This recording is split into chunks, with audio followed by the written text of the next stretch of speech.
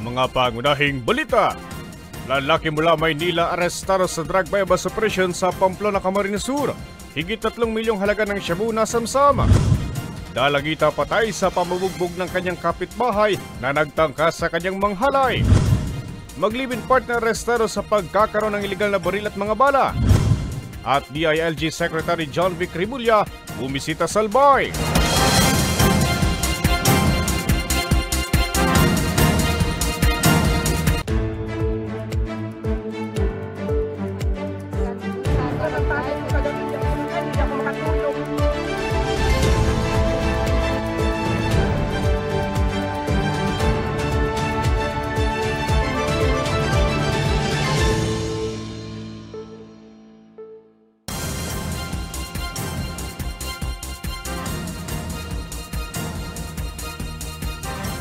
Magandang gabi. Narito ng mga balitang dapat ninyong malaman ngayong Huwebes, ika-31 ng Hulyo taong kasalukuyan. Arestado ang isang lalaki matapos na makuhanan ng higit sa 3 milyong halaga ng shabu. Suspect dumayo pa raw mula Maynila para magpakalat ng iligal na droga sa lalawigan ng Kamsur. May report si Angeline Dagta. Isang 28 anyos na lalaki ang matagumpay na na-corner ng operatiba sa ikinasang operasyon kontra droga sa Barangay Del Rosario, Pamplona, Camarines Sur kaninang 1:52 ng madaling araw. Kinilala ang sospek na si alias Beng, residente ng Barangay 775 San Andres, Metro Manila, kung saan na-recover sa kanya ang 500 gramo ng hinihinalang shabu na nagkakahalaga ng 3,400,000 pesos. Ayon sa pulisya, nakatakda sanang ibenta ng sospek ang mga nakumpiskang shabu sa una at ikalawang distrito ng Camarines Sur. This is led by po ng PNP DEG, jointly po ng RPDEU 5, PIU, Kamsur, and Municipal Drug Enforcement Unit po ng Pamplona. Bale, nag-coordinate po dito sa atin ang lead unit, ang PDEG, na kung saan kanina nga po, successfully po na apprehend po ang isang drug personality na as per po sa information po coming from the PDEG is matagal na po nila itong minonitor, and as per information din po na engaging po ito for selling, distributing po ng illegal drugs with the area of 1st and 2nd District po. Itinuturing din ang operasyon bilang high-impact operation dahil sa laki ng droga na nasa posisyon ng sospek. Kung panawagan po natin sa publiko, na sino man po ang may information, may mga namomonitor, na-observe, na nag-engage po sa illegal na droga, pinapakiusapan po namin na huwag po mag-atubili na makipag-ugnayan po sa aming pamahalaan o sa PNP po, na mabigbigay po ng mga information regarding po dito sa mga namomonitor po na nag-engage po sa illegal drugs, para po ma-apprehend natin, mapatigil po natin sa pamamagitan po ng mga legal na pamamaraan. And doon naman po sa mga nakakapakinig po ng programa ng mga individual na nag-engage po sa illegal drugs, kami po ang PNP, ang pamahalaan, nagpapaabot po ng concern na paalala or kumbaga pag malasakit po na tumigil na sila, huwag na mag-engage sa illegal na droga at hindi naman po ito nakakabuti sa kanila. Nasa kustudiya pa ngayon ng Philippine Drug Enforcement Group Bicol ang sospek para sa kaukulang dokumentasyon at disposisyon at naharap sa kasong paglabag sa Sections 5 at 11 ng RA 9165 o ang Comprehensive Dangerous Drugs Act of 2002. Para sa mga balitang Tatak Bicol, Angeline Dagta.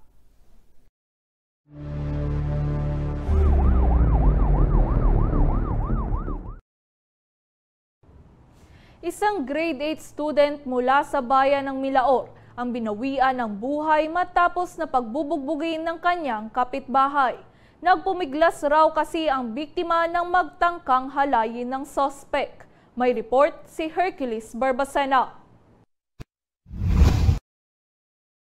Isang 13 anyos na dalagita ang namatay matapos bugbugin ng kanyang kapitbahay madaling araw kahapon sa Barangay San Antonio, Milaor, Camarines Sur. Kinilala ni Police Major Rosalinda Moises, hepe ng Milaor Municipal Police Station, ang biktima na si alias Nene, grade 8 student, habang ang suspect ay kinilala nitong si alias Eddie, 27 anyos, construction worker at walang asawa. Sa investigasyon, Pinasok ng sospek ang kwarto ng biktima at tinangka nitong gahasain. Sa pagpupumiglas ay pinagsusuntok siya ng sospek. Nagising pero wala naman umanong ibang nagawa ang lola ng biktima na nasa kabilang kwarto kundi ang magsisigaw na lamang dahil may sakit itong polio. Dahil sa nangyaring komosyon, agad na tumakas ang sospek na mabilis naman na corner sa manhunt operation.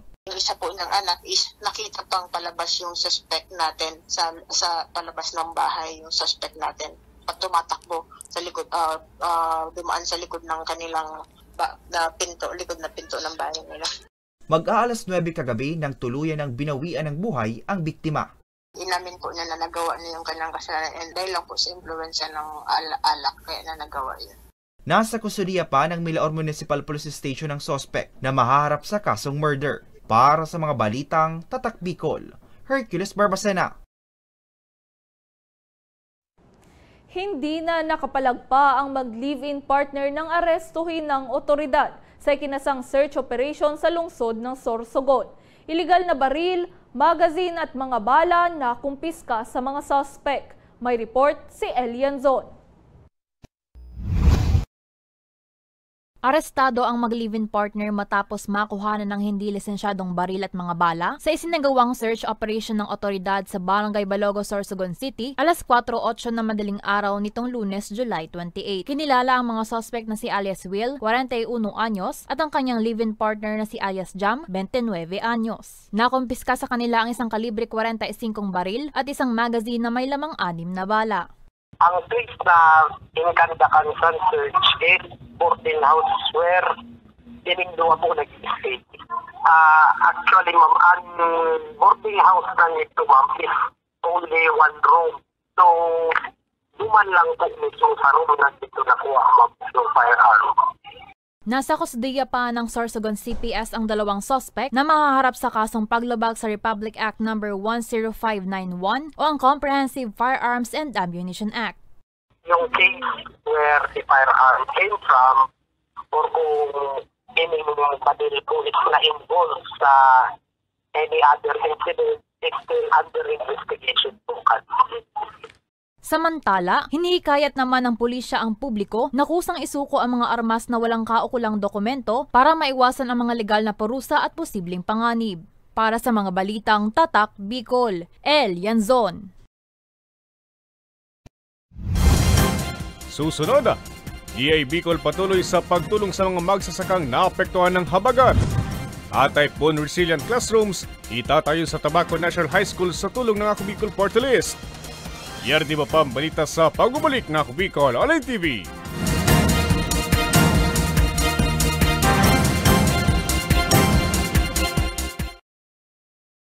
Libo-libo na ang mga nabigyan ng tulong medikal. Bata, matanda, kahit sino man, lahat ng mga may karamdaman, may maaasahan. Nagpapasalamat sa Ako Bicol Party List. Hindi po namin makakalimutan ang tulong na dinala ninyo dito sa aming bayan. Maraming salamat po.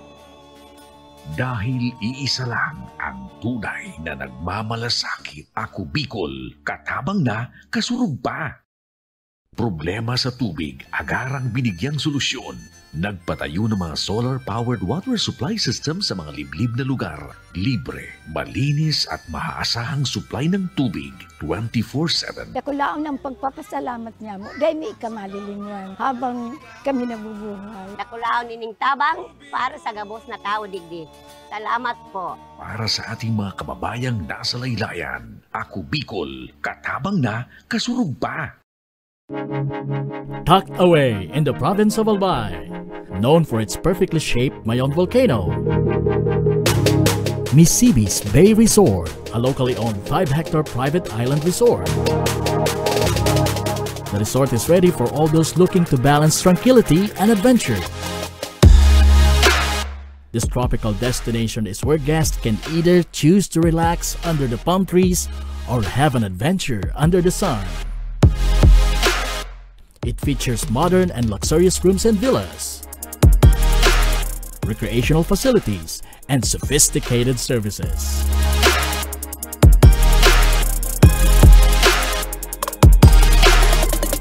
Come and experience Misibis Bay Resort. your tropical island getaway.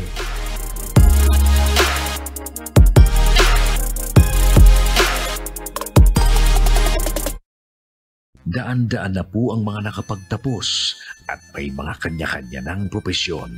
Sa kanilang pagpupunyagi, walang masidlan ang kanilang mga ngiti. Yun at sa Gabos, nagpapasalamat po ako sa AKB. Gusto ko lang po magpasalamat sa Ako Bicol sa opportunity na tigtatao po araw po sa kuya na estudyante. Dahil naandyan lang, katuwang lagi, Ako Bicol, katabang na, kasurog pa.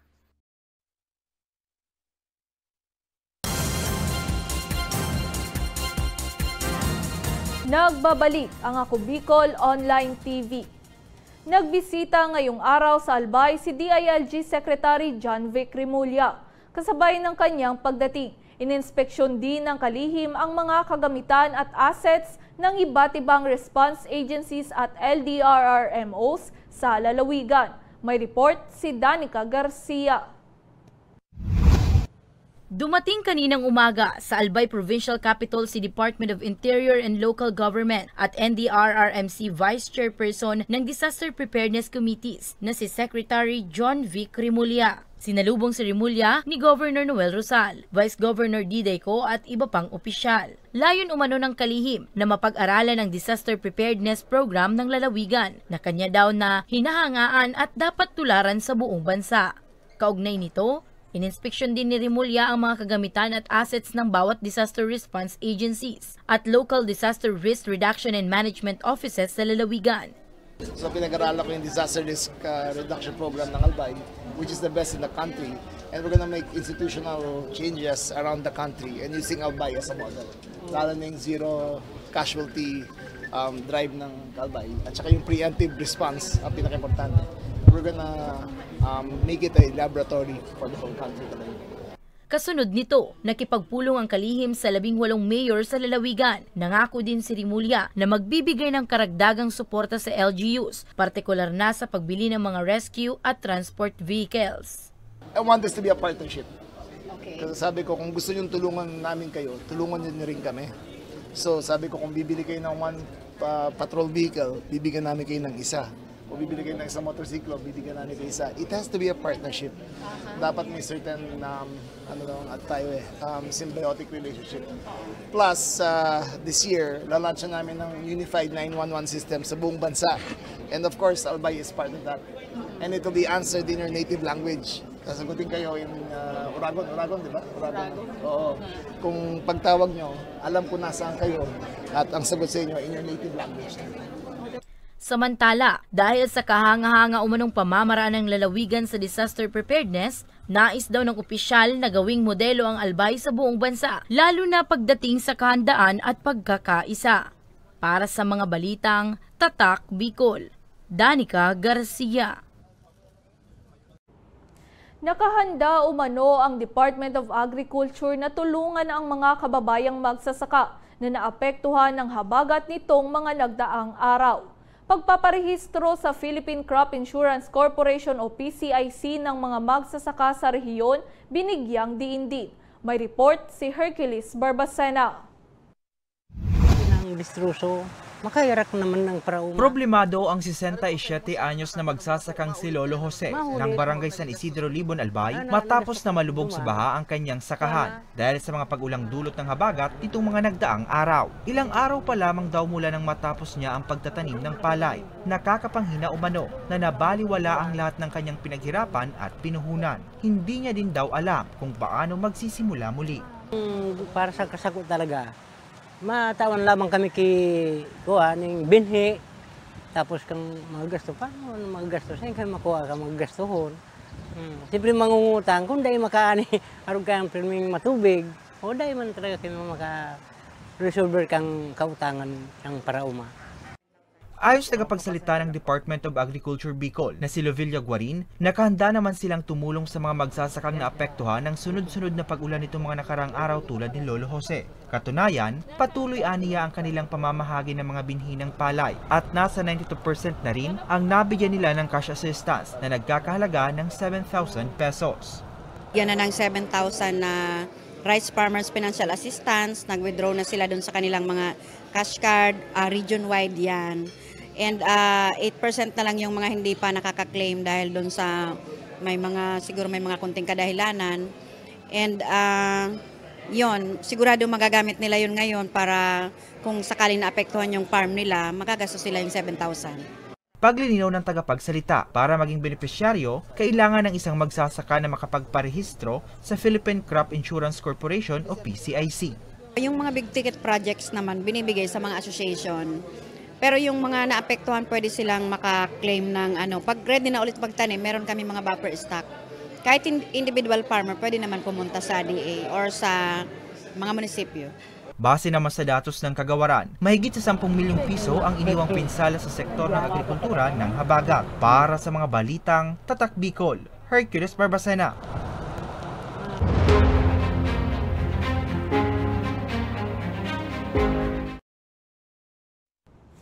Isinagawa kahapon ang groundbreaking ceremony ng itatayong typhoon resilient building sa Tabaco National High School sa Tabaco City. Dating ako Bicol Party List Representative Jill Bungalon na nagsulong ng proyekto nanguna sa seremonya. May report si Rose Bilista. Matagumpay na idinaos kahapon ang groundbreaking ceremony ng itatayong karagdagang school building sa Tabaco National High School sa Tabaco City. Dumalo sa seremonya ang mga opisyal ng DPWH 1st Engineering District, local officials, stakeholders at si dating ako Bicol Party List Representative Attorney Jill Bungalon na siyang nagsulong ng proyekto. Ayon sa kongresista, may 6 na classrooms ang itatayong 2 palapag na gusali. Nagkakahalagaan niya ito ng 20 million pesos at typhoon resilient pa. Ako Bicol Party List is consistent with its advocacies, and one of this is the advocacy on education. So kami, magpon kay ito ang ako Bicol, talagang nakasentro na ang satuyang efforts sa sektor kang edukasyon. Bakod siya na through educational assistance and other soft programs, but also we help schools to have the conducive learning environment through this kind of project, which is school building. Lubos naman ang pasasalamat ng paaralan na kasama sila sa mga tinutulungan ng dating kongresista na dati din nilang mag-aaral. Para magkaroon ng regular class yung aming 6th grade level, so we need more than 80 classrooms pa po. And yan po is malaking halaga, pero kami po ay nagpapasalamat na paunti-unti ay nabibigyan ng solusyon yung aming mga kakulangan sa paaralan. Malaking bagay din anya ang karagdagang classrooms na ito, lalo pa 12,000 na ang estudyante ng paaralan. Malaking bagay po ito kasi ang Tabaco National High School na merong 12,000 students, nakashifting pa po kami yung aming 4 grade levels kasi nga kulang yung classroom. Pero sa additional 6 classrooms kahit pa paano po ay mabibigyan ng karagdagang solusyon yung problemang ito ng aming paaralan. Kaugnay nito, siniguro ng dating kongresista na patuloy siyang magsusulong ng magagandang programa lalo na sa sektor ng edukasyon bilang Executive Director ng partido. Para sa mga balitang Tatak Bicol, Rose Bilista. At yan ang mga balitang nakalap ng Ako Bicol News Team. Ako po si May Insinares. Salamat!